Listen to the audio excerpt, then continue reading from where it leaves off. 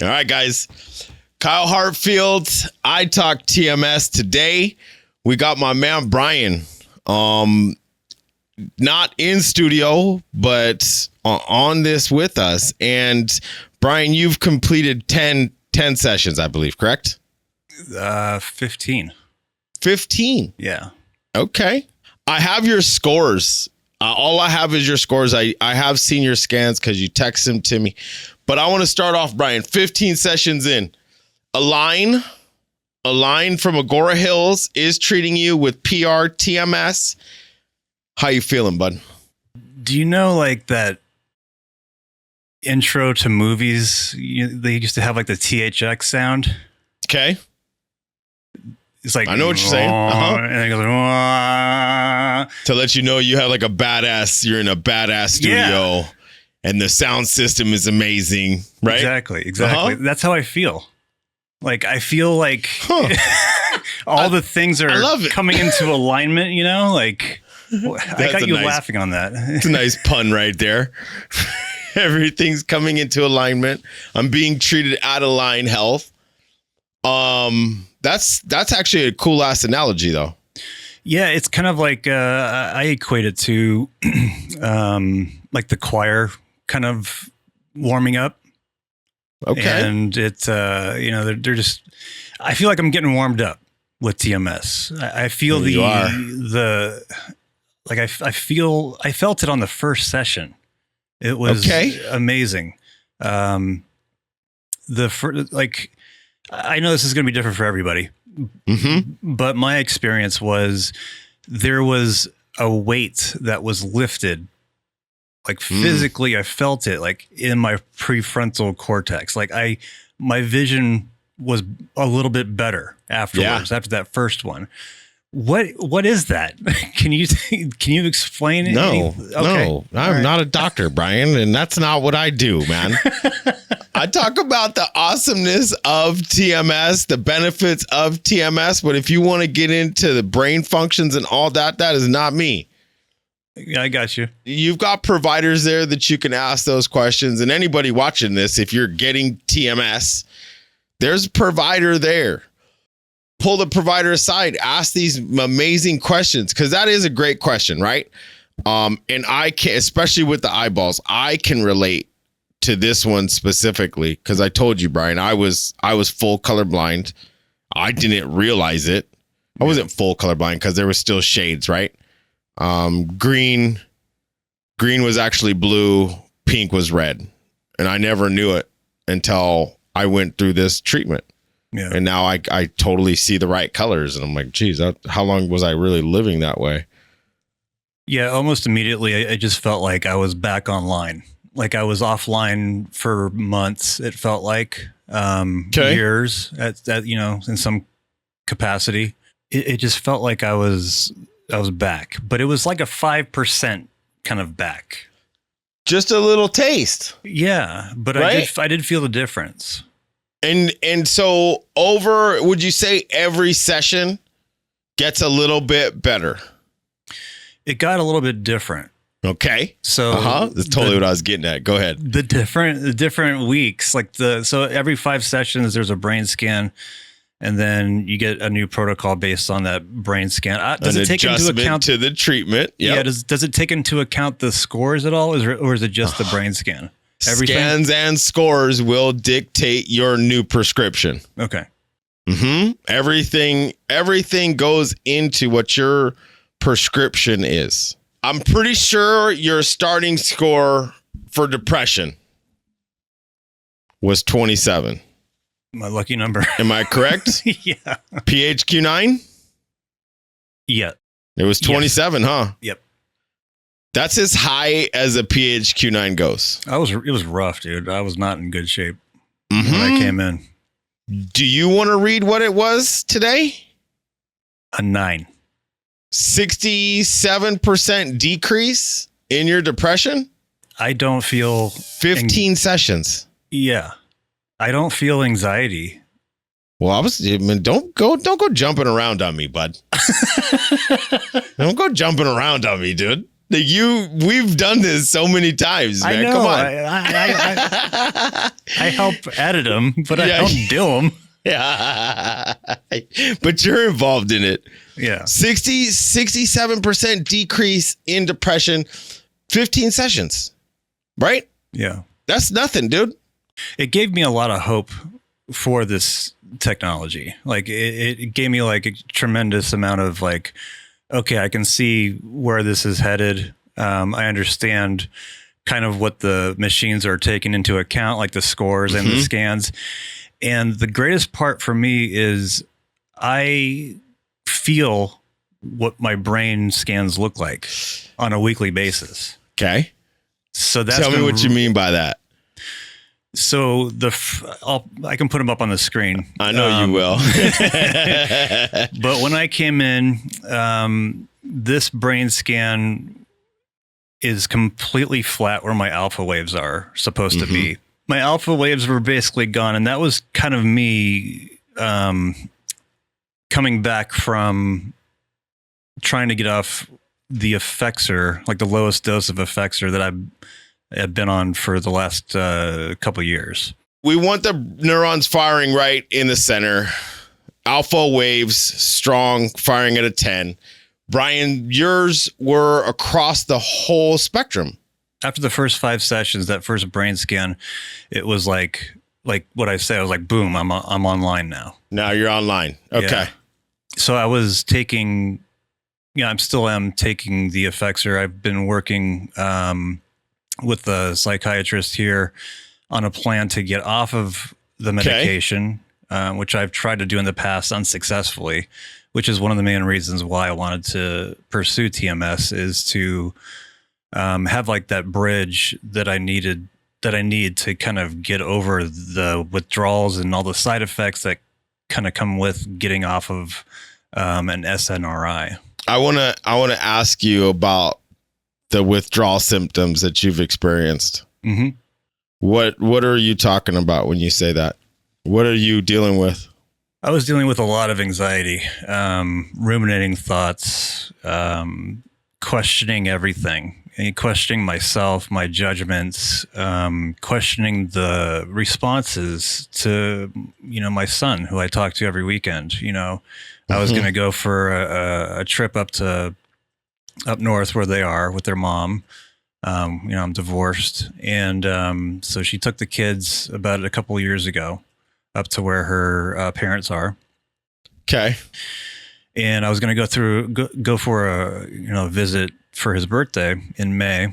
And one weekend he just didn't pick up the phone. And I just went all kinds of directions in my head. I'm like, oh my gosh, he doesn't want to see me. What are they saying about me up there? Just lots of negative thoughts about the situation, about myself, about the relationship. It was just terrifying. That's rough. How old's your son, bud? 12. Yeah, man. And, getting to, and then just in general, like talking to a 12-year-old on the phone is just a 12-year-old boy on the phone is just a challenge in and of itself. Of course it is. Yeah. It's like I have to do basically a podcast with them. Yeah, man. And I mean, that's just hard. I mean, number one is a tender age too, right? Yeah. I'm assuming you didn't go see him. No, I went. Oh, you did go? Yeah. And that was when I was coming off my medication or trying to, and then I had to go back on. You had to go back on. Yeah. And, but I was still like just an anxious mess going up there. But, I wanted to see him. I wanted to, be there for him and everything. So you've been back on since then.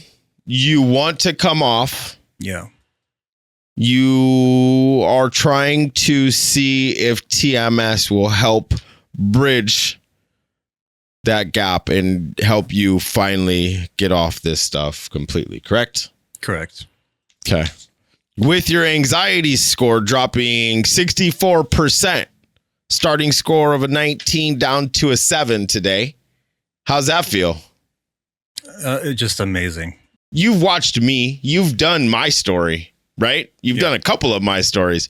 You've watched me interview, I don't know, dozens of people in here. You've seen what TMS does.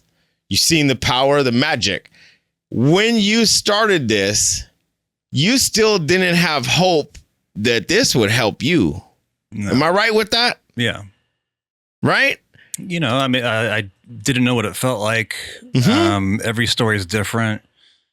Mm-hmm. And the medication issue was, you know, it's a big deal for me. I need to get off of that. And I was just willing to, you know, the great opportunity at Alyne in Agoura Hills, like I was, I felt like this was my shot. Like this is my shot to really excel and really be the best person that I can be for myself first, and then, you know, for my kids and my girlfriend and just everyone around me. Yeah. Yeah. Is it part of it you don't want to blow it? I don't want to step backwards anymore. Yeah, I've been doing that the last 10 years. I've been just it's felt like I've been sliding down into, if we're talking about like an airplane, like you have this analogy where you're like, I like to cruise at 40,000 feet. Mm-hmm. You know, I was looking at the plane going down, like nose diving. Yeah. But it was like, it was so gradual at first, you know, like, oh, it was like this bad thing, you know, like, I mean, it all started with my dad dying in 2016, and, you know, cue a spiritual crisis, the ruminating thoughts, the drinking, the heavy marijuana use back then. Those were those oil vape pens. They were new. Yeah. They were new back then, and they were fucking good scary right there. Yeah, they were scary back then. So strong. And I was just trying to do everything that I could to have those external sources help me be okay, because I thought I was too weak to even try to even go through the process of grieving. You know, like I didn't feel like I could do that, because I'm like, you know, I've been a sensitive person my whole life, and I was scared. It was fear, you know, like just, I needed to feel okay, and going to a psychiatrist and getting medication, which I had done previously in my early 20s, didn't really help. Every time that I've tried an external source has gotten me in trouble or has ruined things. That was my question is, did it help? No. And if it helped, did it last?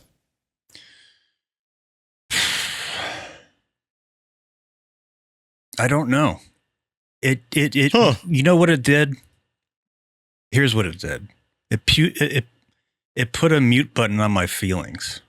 Okay.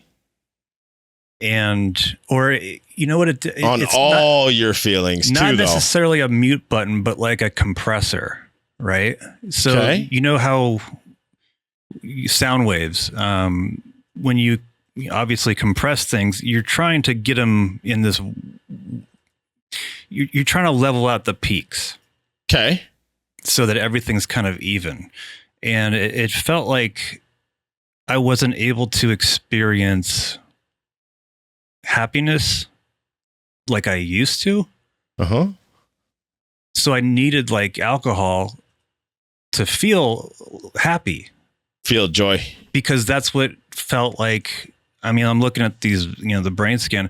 It felt like it was raising my peaks to where I felt normal, and I knew that wasn't good.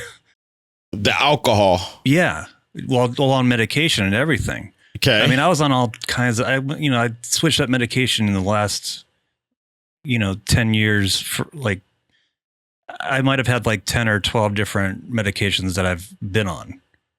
Okay. And I'm just tired of that roller coaster, because it's just, you're throwing pills at a wall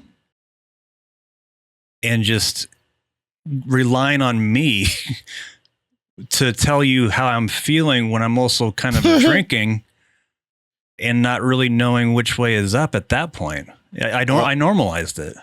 Well, I was going to say, it doesn't sound like that medication's worked for you in quite some time. I mean, it felt okay. You know, it felt like, I feel a bit more relaxed, but it was like, I wasn't exercising. I wasn't taking care of myself like I should have. You weren't living. I wasn't. I was, like I was on that plane going. Like, well, you just said I was, it makes things okay. Life is so much more than okay. Yeah. And we fight for that mediocrity, man. I just want to be okay. Right. And all of a sudden, that's your goal, is just to be okay. And trust me, I remember that fight like it was yesterday. Once you get out of that fight and that thought process changed, like, if I'm okay, man, so what's wrong? What's wrong with me? Like, things are supposed to be great. What's going on? Yeah. And that's where we're going to take you, Bryan. That's where we're headed for you, bud. Sleep is what I want to talk about, because this one, when I saw it, like when I was looking at my phone earlier, right? And I ran out of here. And I was like, Bryan, get the shit out of here. Because I asked you, how you doing, Bryan? You didn't want to talk about it on camera or off camera. And I saw your sleep score on a scale from 0 to 32. 32 being best, 0 being low. You start at a 4. Today you're a 24, dude. Yeah. That's 62% increase in your sleep score. Yeah. Okay? And I'm gonna roll you right here, actually. There will be times when I'll be like, Bryan, like, dude, it's 10 o'clock, man. Like, I need something done. Shane will be like, dude, he's sleeping. He's sleeping. Yeah. Like, dude, it's fucking 10 o'clock. What are we doing here? What time are you getting up today, B? 6. Yeah. Yeah. When you wake up, like, do you awake. feel rested? Yeah. Yeah, I feel awake. Right? Like it's a different experience to face the day now. Like, I'm not waking up with that dread anymore. And I know it's like, I make it sound more extreme than it probably is, but like I said, like, I feel 5% better, but that 5% is huge for me. Like it's changed everything. How I, even sleep, going to sleep. Okay. It's like this, I can't describe it. It's just like this, falling.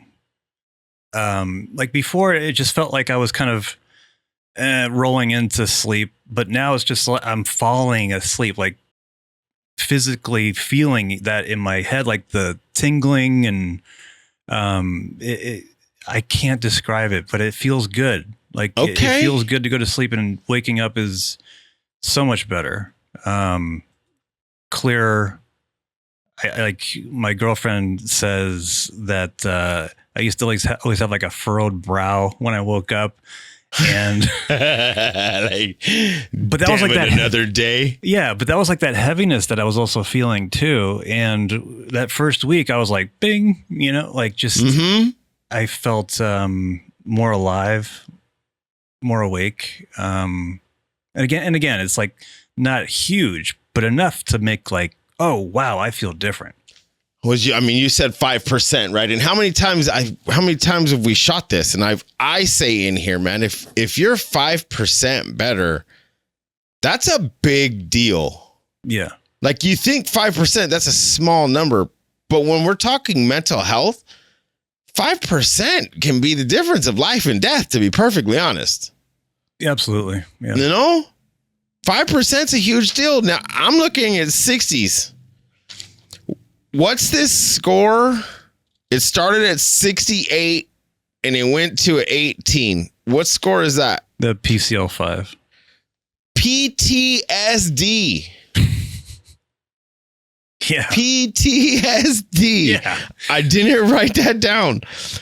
Starting score was a 68. Dude, that's a significant score. Just afraid of the world. I mean, and obviously you've said a lot of things you've already said in here. Like, I get it, Down to an 18, man. Yeah. I feel so much more confident. Like that anxiety is not there like it used to be. It's just a different outlook on what's capable. You know, like I see that that horizon, and I'm like, okay, I'm going there. I can feel it, and I'm just like excited to be on this ride, this journey. You know? Yes, life is a journey. TMS is a journey, man. Yeah. You know, and who knows where this is gonna take us, but I clearly it's gonna be better than where we started at, man. I mean, I don't recommend anyone take medication if you don't have to. I mean, what I will say is that I think I got here because I stopped exercising. Okay. I think there's something, I mean, so I'm a video editor. I sit behind a computer all day. Mm-hmm. I can get lost in these videos, you know, like sometimes I don't know how much time has passed. Right. And I have neglected my own needs for so long that I didn't realize that, you know, I was also a tool in this process. So it's like, you know, like video editing. So yeah, I would get worn down, you know, mentally and also physically by just sitting here the whole time and not moving. And then COVID, you know, like that was a big deal. That's a big deal for a lot of people. It was a big deal for me because I started to have to work from home for my previous job. And no one was going outside. No one was doing anything. So it was like, I was just like, well, no one's doing anything. I'm not exercising. I'm just like everybody else at this point. And I never really recovered from that. But you never came out of that. Yeah, but I was never in it. Like what do you mean by that? Going into COVID. So when I had my first child, my daughter, in 2010, I had just gotten out of playing in a band. Now, let me rewind. I grew up playing sports my whole life. And up through high school, I played soccer and baseball. Those are my two things. And I played baseball in high school. I kind of dropped out of interest and all that. And, you know, when I was a teenager, started picking up the guitar, started my own band, you know, learned how to play and sing at the same time. And that was it for me. I was like, this is what I want to do. I want to be in a band. I want to drop out of high school and I want to make it, you know, like that was a legit goal. Yeah. I was like, sure. It was the 90s. Like the, you know, internet wasn't a big deal, you know, back then. The record industry was still strong. And that was like that was a viable career back then. So I was like, yeah, this is what I want to do. But, I was still active. I was still lifting stuff. I was still driving and playing and singing. It's a very physical thing. Very physical thing to be in a band. Yeah. Get around, gig, all that. Yeah. Very, very physical. And I stopped doing that when I got married and had a kid. There's another aspect to that too, though. The community. That too. Yeah. Right. Yeah. I mean, you had fast forward, you don't have that community while you're editing videos. That's true. Right? Yeah.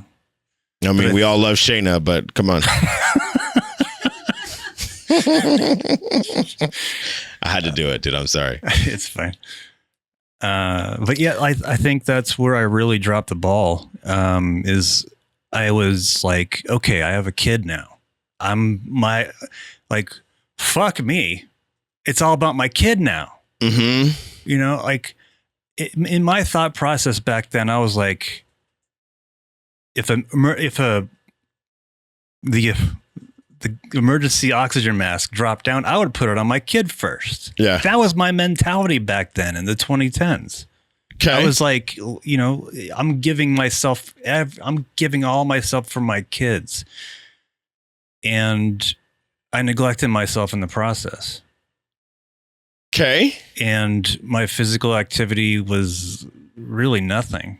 And I started to get depressed. And that's when I went to a doctor and I was like, okay, I don't feel good. And back then. Yeah. This is back then in 2010-ish. Like 2014. Yeah. Okay. Went to the doctor. Yeah. I'm like, took your first med. Yeah. And he's like, are you exercising? I'm like, no, like I didn't put that much weight on it because I never really did in the first place. It was all play for me. Yeah, and so it wasn't exercise. No, it wasn't. But you had the movement, and in reality, you were exercising. You were moving around, running around, right? Yeah. Staying healthy. But you were just having fun, so you didn't correlate it with exercise. Right. That makes sense. So I think that's when really, when shit went downhill for me. When things started falling off. And how was your diet during all this time, too? Oh, it was dog shit. Yeah, I know. It was like a lot of fast food.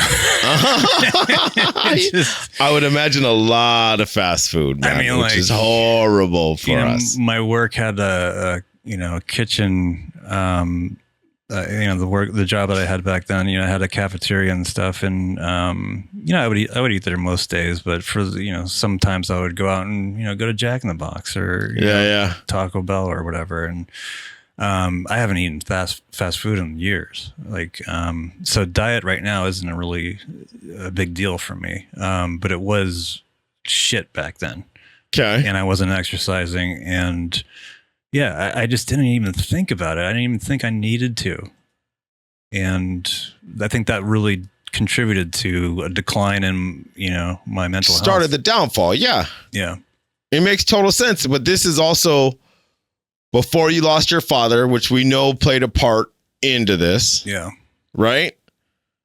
When did you get divorced? 2018. So... It was like a grief spiral. I mean, it doesn't sound brief. That sounds very long and drawn out, to be perfectly honest. Yeah. You were just saying 2014 to 2018. When did dad pass? 16? Yeah. Yeah.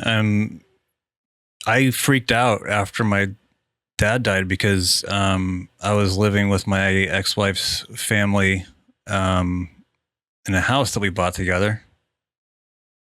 Again, decision making was really off the rails back then. I told people back then, and they're like, "Ooh," and I'm like, "No, they're cool. They're cool." And then they're like, "Oh, okay," and I'm like, "No, it's fine." I normalized all that shit. I wanted a backyard. Yeah. I wanted a backyard for my kids, just like I had. That was my mentality. I'm like, I'm going to do everything I can because of the cost of living. Yeah, it made more sense to buy it with them. Yeah, buy it together. Yeah, because my wife at the time was not working. She had just had my son in 2013, and I thought, I had a different definition of what family was back then, and it felt like I wasn't living. To me back then, it felt like I wasn't being supported after the death of my father by her family. Like, I had unreasonable expectations. I mean, I was drinking vodka on the regular. I mean, like, it was like a daily thing after I would come home from work. Yeah. And I know. That was just fucking terrible, but it made me feel like, oh shit, I'm living. Like, this is, it's fun. As much as we can live, and it's easier to justify, I'm okay, I'm fine, because we're a little buzzed up and we feel good, right? But in reality, you're full of shit, dude. And you're lying, and it just makes it easier to tell that lie. Yeah. Yeah, man. I mean, we can continue to go down a rabbit hole, or we can spin this back to the positive outcome that you are seeing after 15 sessions. Mm-hmm. And that's what I would rather do. Yeah, me too, man. 15 sessions, at least 60% decrease in all these scores, raise in sleep, exactly what we want it to do, you're doing. And are you, the one last thing I do want to touch on, are you going to come off the meds before you finish TMS, or are you going to wait until after? Yeah. I talked to a psychiatrist, actually, it was 3 days ago now. And we came up with the same plan that she gave me earlier this year when I was wanting to come off of it entirely, which is like take it every other day for 2 weeks and then stop. So we're going to be doing that. We have a backup plan to switch to Prestique, which is like a sister to the medication, which is, I think it's had more success getting off of. But venlafaxine, you look it up, it's one of the hardest drugs to ever get off of. You are starting that taper now? Yeah. Or you're waiting until after? No, I'm starting it right now. Okay, so the next time we do this, yeah, you said it's a 2-week taper that you're doing? Mm-hmm. Oh shit! Yeah, so I'll be about like 25 sessions at that point. Yeah. So I want to then let's check in. Let's check in at 30, B. Sounds good. Let's check in at 30 because that'll give you some extra time, some extra sessions, and let's go from there. I think that's a perfect route to take this. Yeah. We'll check back in on you in 30. Obviously, I'll see you and talk to you before then. But we'll update everybody out in the YouTube world before then. How about that? Sounds good. I want to just give another shout out to everybody that works at Alyne Wellness. Mm-hmm. They have been extremely caring. They're very knowledgeable, despite my questions here. I just like to ask you questions all the time, but I know you do. They've been fantastic, just very attentive, outstanding people, and they work with a wonderful too. Yeah, they work with a wonderful recovery center out here called Monarch, and they're all doing wonderful things. So I can't say enough great things about everybody that works there and everybody involved. Yeah, when I saw that clinic, you could tell that they really cared. Yeah, and they keep their place clean. I've been in some TMS clinics that are kind of sketchy, and you're like, man, like sweep the floor at least, But when I went into Alyne, nice, neat, you could tell it's cleaned, and I was like, no, this is a beautiful place. And we did film clinical TMS society videos, so it's like I have another understanding of all the manufacturers, and they have Mag Venture there. Okay, which I think Carrie, Carrie Rome. Yeah, so I've had a great experience with those chairs. They don't have any other brands, for me to try, but I've had a great experience with that. Awesome. It's so funny that you had an outsider's perspective of so many parts of this. You had the client aspect, the manufacturer's aspect, right? Mm-hmm. My visions and everything that we've talked about and you've heard me say. Yeah. And then you're like, hey, yeah, let me do this. I didn't say it like that, but no, that was my words. I'll take it. That was my words. Actually, I think it was more like, hey, Bryan, go do this. Yeah, you need TMS. Yeah, you need some TMS. I think I do. I think I really do. And this is just such a great way to just target the, one area of the brain without, messing with other parts of the body that you don't need to. And what it does for me, I will say this, what it does for me is it feels like I'm really getting my brain taken care of, where I'm able to kind of realize, oh, my other systems are kind of like, not up to speed. Kind of like a car, like where you rebuilt an engine and now you need to replace like the fuel lines, or, you need to replace the brake pads. It's like, okay, now I can concentrate on other things that I need to do to help support that. And I think that is the magic that's been given to me, is I can see exactly what and feel what my brain is doing. And there's a plan in place to help me get where I need to be. Get all the rest of it taken care of. Yeah. So with PR-TMS specifically, the analogy that I like to use on this one is changing one spark plug, where TMS will target your depression. And that's like going in and changing out one spark plug. Right. You change out that one spark plug, you'll realize that you're still sputtering down the road, because those rest of those spark plugs do need to be changed out too. Mm-hmm. PR-TMS, you're changing all the spark plugs at the same time. And you're seeing that whole engine start to come together and run properly. And yes, now you have to kick the tires, right? Now you have to wash the windshields, and you have to make sure the entire car gets down the road properly. But when your brain's in line, oh my God, yeah, and your brain's firing properly, it's crazy how the rest of those things come into place too. It's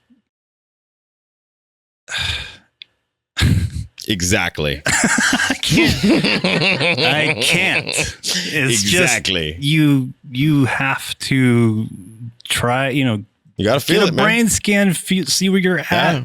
The non-invasive technology is just incredible, and the effects that I feel, they last for the whole weekend until I get the other the next treatment. Perfect. And it's incredible where I'm just like, I don't have to take a pill to feel like this anymore. This is amazing. Yeah. I'm excited to check in on you next time and see how the taper is, because I know how those tapers have been for you, right? Well, I will say this. I was drinking when I did taper earlier this year. So I think that contributed to a lot of the... Drinking that poison, Bryan. I tried to tell you about that shit, bro. Yeah. I'm just kidding. No, but your plan is to not drink during this taper, I'm assuming? No, I mean, I haven't drank before I started this, so. Okay. Yeah, it's been a month or so. Alcohol-free, poison-free. Let's get that other poison out of your body, bud. Yep. Let's get you firing all cylinders, rock and rolling down the road, so you can make kick-ass TMS videos for me. How about that? That sounds good. Sound good? With that, let's get out of here, man. I do want to say, dropping comments down below helps me out. You are talking to me, actually. So leave me a comment. Let's talk. You got any questions? Let me know. I'm more than happy to answer them, not unlike what I will do with Bryan. Bryan's lucky he gets to feel it, and he's going to figure it out by himself. If you have questions about starting TMS, doing TMS, where to find TMS, I'm more than happy to help you, just like I did Bryan.